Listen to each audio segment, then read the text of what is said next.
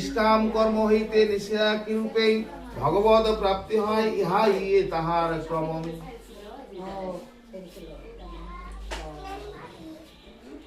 চেতসা সর্বকর্মাণি ময়ি সন্ন্যাসা মতপরম বুদ্ধিযোগমাশ্রিতমশ্চিত্ত সত্যম ভবম অশ্চিত্র সর্বদুর্গাণি মৎপ্রসাদায়তম তরিষ্বাসি আতচেতম তমহংকরণ নৌশ্বাসি।